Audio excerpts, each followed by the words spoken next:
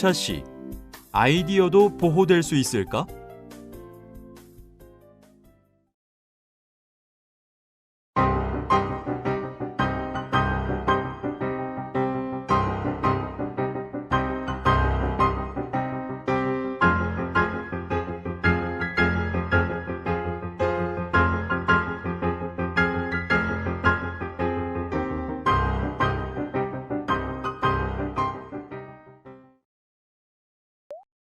사례를 잘 살펴보았나요? 그렇다면 다음 퀴즈를 통해 이번 시간 학습할 내용을 미리 확인해 보도록 합시다. 다음 문장을 읽고 맞으면 O, 틀리면 X를 선택하세요.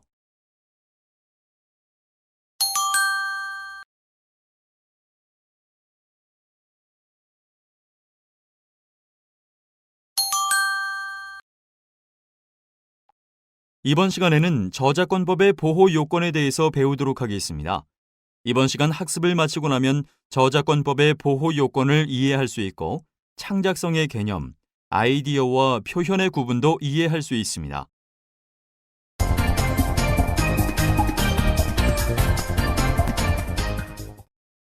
사전 퀴즈에서 확인한 바와 같이 다른 사람이 만든 것을 복제했다고 모두 저작권 침해가 되는 것은 아닙니다. 저작물이 저작권법의 보호를 받기 위해서는 일정한 요건을 충족해야 합니다. 내가 머릿속으로 생각만 하고 있는 것을 저작권법이 보호할 수는 없습니다. 또 내가 한 말을 다른 사람이 따라한다고 해서 모두 저작권 침해가 되는 것도 아닙니다. 생각하여 표현한 것 중에 법에서 정한 조건에 부합되는 경우에만 저작권으로서의 권리가 부여됩니다. 저작권법은 법의 목적에 비추어 보호할 만한 가치가 있는 것들만 권리를 부여합니다. 저작권 또는 저작 인접권이라는 권리를 부여할 만한 사회적 이익이 있어야 하는 것입니다. 이를 구체적으로 법에서 정하고 있는데 이를 강학상 법적 요건이라고 합니다. 어떤 것이 가치가 있는지에 대해서는 저작권법 제2조 1호에서 다음과 같이 규정하고 있습니다. 즉, 저작권법에 의해 보호를 받기 위해서는 인간의 사상 감정을 표현한 것, 창작성을 가진 것이어야 하는 거죠. 버튼을 클릭하여 참고 자료를 확인해 보세요.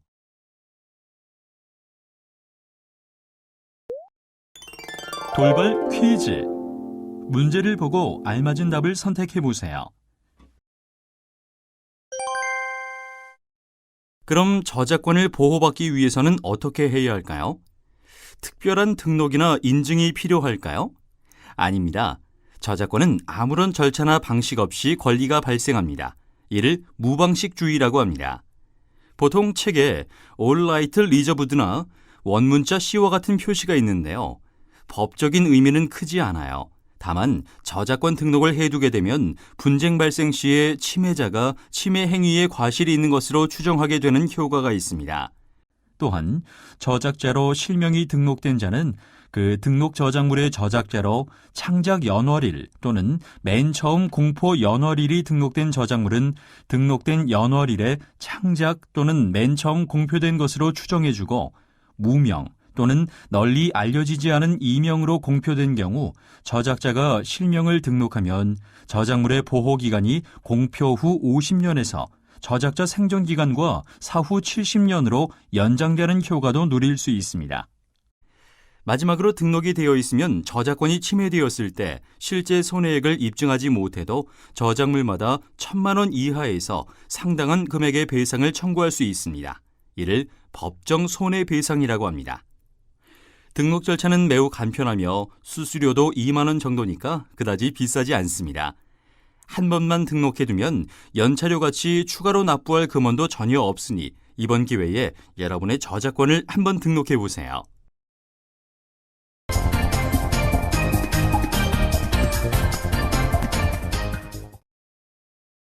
저작권법의 보호를 받으려면 인간의 사상 감정을 표현한 것으로 저작권법의 목적인 문화 발전을 유인할 수 있는 최소한의 가치가 포함되어 있어야 합니다.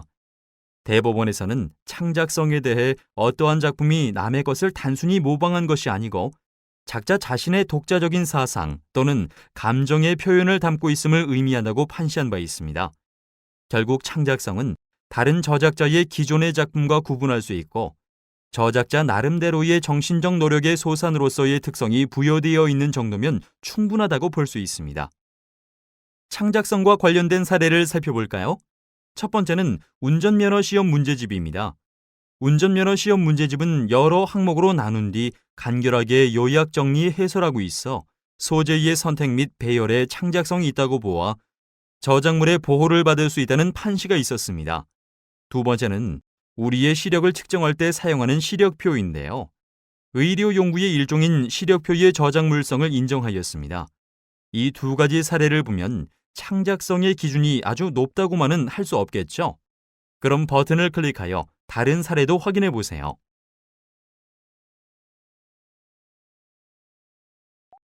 이번에는 창작성이 부정된 사례를 살펴보겠습니다. 미국의 전화번호부 복제 사건에 대한 판결을 볼까요? 원고는 알파벳 순으로 전화번호를 배열한 전화번호부를 경쟁사가 베껴서 판매한 것이 원고 측의 저작권을 침해하였다고 주장하였습니다. 하지만 법원은 전화번호부가 저작권법의 보호 대상이 아니라고 판단하였는데요.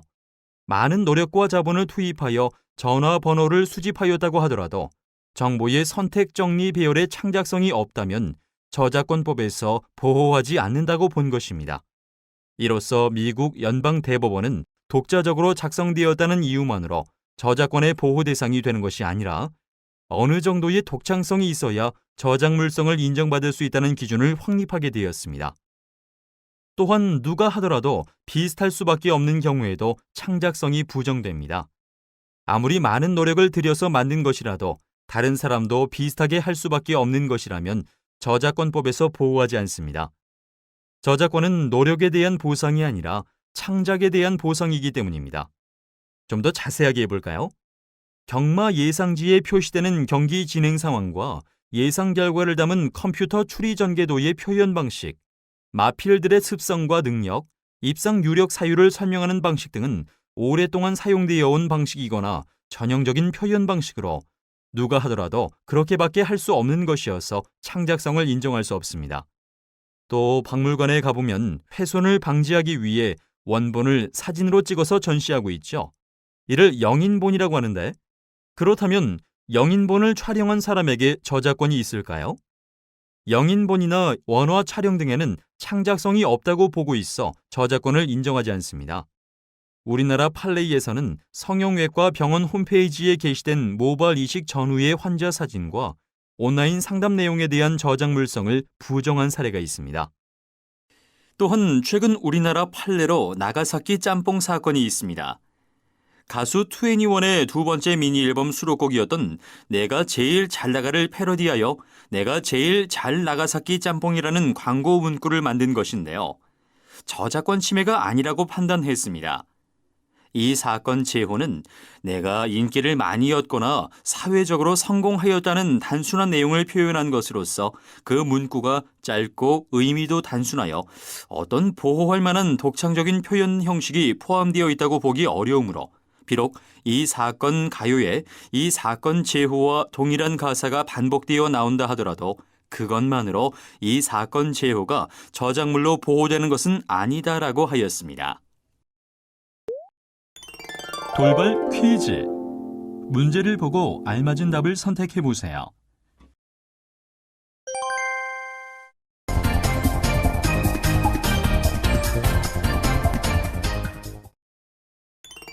돌발 퀴즈. 문제를 보고 알맞은 답을 선택해 보세요.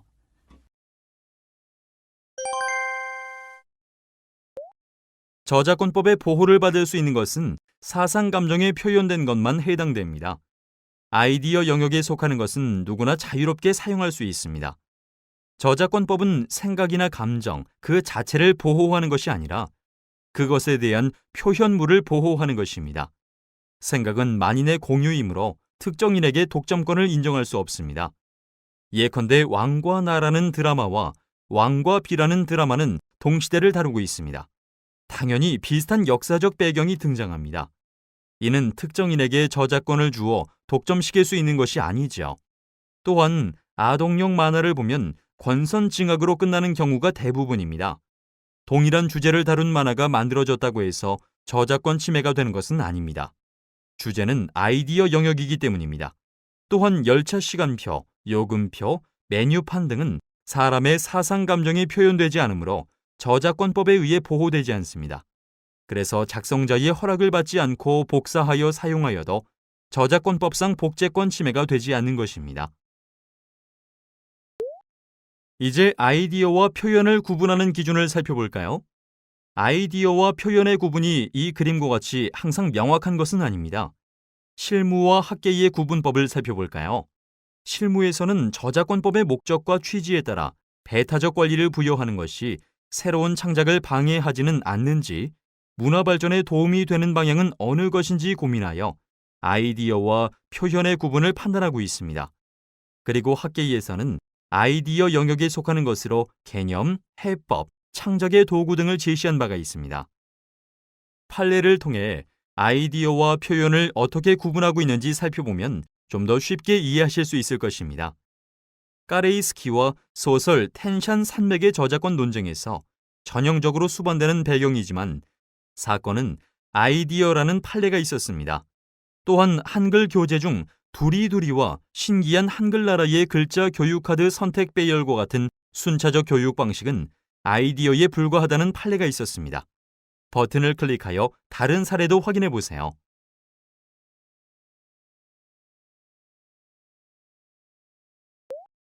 아이디어를 표현하는 방법이 한 가지 방법밖에 없는 경우에는 저작권법에서 그 표현을 보호할 수 없게 됩니다. 이런 경우를 아이디어와 표현의 합체라고 하는데요. 이는 주로 기능적 저작물에서 많이 나타나곤 합니다. 일례로 모리세이가 P&G를 상대로 저작권 침해 소송을 한 사례가 있었는데요. 사회보장번호를 가지고 있는 경품 게임을 창안한 모리세이가 그 게임의 규칙집을 만들었는데 P&G에서 그와 유사한 경품 게임을 만들어 역시 규칙집을 만든 것이 문제가 된 경우였지요. 두 규칙집의 내용은 매우 유사했지만 법원에서는 그 아이디어를 표현하는 방법이 한 가지밖에 없는 것으로 보고 경품 게임의 방식이나 규칙은 저작권 보호 대상이 아니라고 판결하였습니다. 이렇게 아이디어를 표현하는 방법이 한 가지밖에 없는 경우 저작권을 보호해주면 장래의 창작자가 같은 아이디어를 표현할 수 없게 되어 아이디어 자체의 독점권을 허용하는 것이 되기 때문에 보호할 수 없는 것이 되지요.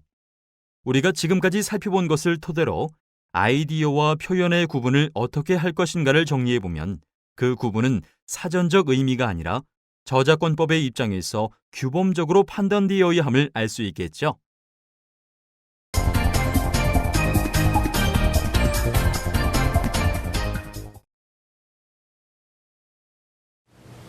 네, 이번 차시에서 기억해 주실 점은 저작권법이 보호하는 대상이 인간의 사상 감정을 표현한 창작성이 있는 것, 즉 문화 발전에 도움이 되는 것만을 보호하고 있다는 점을 기억해 주시기 바랍니다. 요즘 저작권에 대한 인식이 높아지면서 자기가 아이디어를 냈다든가 또는 소재가 비슷하다든가 하는 것들에 대해서 저작권 침해를 문제 삼는 일들이 많이 이루어지고 있습니다. 이런 모든 것들을 전부 저작권 침해라고 해서 후발적인 창작을 막게 되면 우리가 1차시에서 공부했었던 저작권법의 목적, 문화 발전에 오히려 방해가 될 뿐이죠.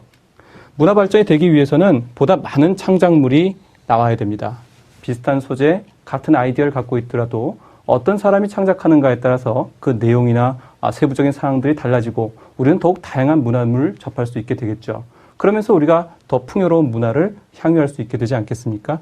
그러다 보니까 역사를 소재로 한 영화나 드라마, 그리고 기존에 있던 콘텐츠를 다른 형태로 만드는 콘텐츠들이 많이 나올 수 있도록 우리가 그 배경 환경을 만들어주는 것이 또한 저작권법의 역할이라고 할 수 있습니다.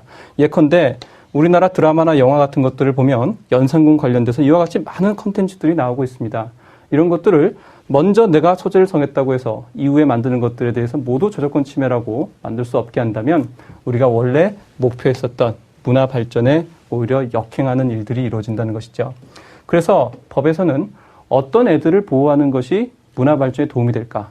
이것을 고민했고 그 결과 사람의 사상 감정을 표현한 창작물 이것만을 보호하겠다라고 법에 적어놓게 된 것입니다. 따라서 아이디어나 단순한 사실 이런 것들은 저작권법에서 보호하지 않습니다. 여러분이 어제 신문에서 LG 트윈스가 롯데자이언츠에게 4대2로 졌다 이런 내용을 보셨다고 할지라도 이 내용을 그대로 옮겨 적으셨다고 할지라도 이것은 단순한 사실에 불과하기 때문에 저작권법에 의해서 보호되는 내용이 아닙니다. 역사적인 사실이라든가 배경, 즉 문화 발전에 도움이 되는지를 기준으로 해서 이 친구에게 독점 배타적인 권리를 주는 것이 좋겠는가 아닌가, 이것을 판단하게 된다는 얘기죠. 그래서 골드슈타인 교수는 개념, 해법, 도구에 대해서는 보호하지 않는다라는 얘기를 하고 있습니다. 자, 그런데 문제는 우리가 표현과 아이디어의 구분, 그리고 이것이 창작성이 있는가, 이런 것들을 판단하는 것이 그렇게 간단한 일은 아니라는 점입니다. 자, 최소한의 크리에이티비티, 즉 최소한의 창작성이 있는 경우에만 보호가 된다고 얘기를 하는데요. 이 그림이 제 딸이 그린 그림이고, 이 그림은 2010년도 소더비 경매에서 1,200억 원에 경매된 피카소의 그림입니다. 이 두 개는 모두 동일하게 저작권법상 창작성이 인정이 됩니다. 어느 단계에서부터 창작성을 인정할 것인가에 대해서 우리나라 법원은 굉장히 낮은 수준에서 그 창작성을 인정하고 있다는 점을 기억을 해주시기 바랍니다. 하지만 그렇다고 해서 아무 것이나 다 저작물성을 인정할 수는 없겠죠. 자, 이것이 이제 미국, 일본에서 최근에 논란이 되고 있는 사건입니다. 자, 이런 그 전화기 모양의 그림을 그려놓고 이것을 저작권 등록을 했습니다. 그리고 이런 그림을 사용하는 수많은 회사들이 있지 않겠습니까? 통신회사든가 전화기 만드는 회사라든가 이런 회사들을 상대로 해서 이제 저작권 침해 소송을 제기했습니다. 침해 손해액이 약 7조 원에 이를 것이다, 이렇게 예상이 나오고 있는데요. 이런 것에 대해서 독점 배타적인 저작권을 줌으로써 다른 사람들이 사용하지 못하게 하는 것이 과연 문화 발전이라고 하는 저작권법의 목적에 비추어서 적합할 것인가? 자, 이것이 창작성을 인정하고 저작권법의 보호 대상이 될 것인지 여부를 여러분이 한번 생각해 보시기 바랍니다.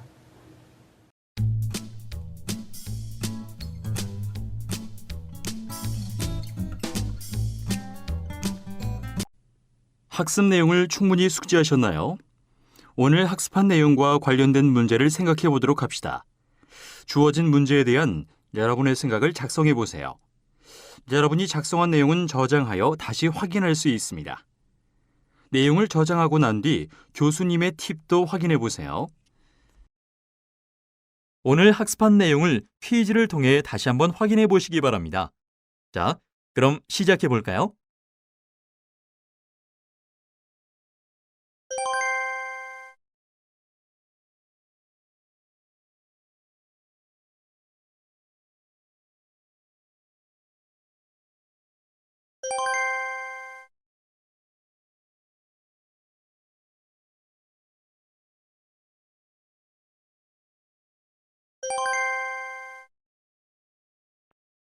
이번 시간에는 저작권법의 보호 요건으로 창작성과 인간의 사상 감정의 표현에 대해서 학습하였습니다. 배운 내용을 정리하면서 학습을 마무리해 보세요.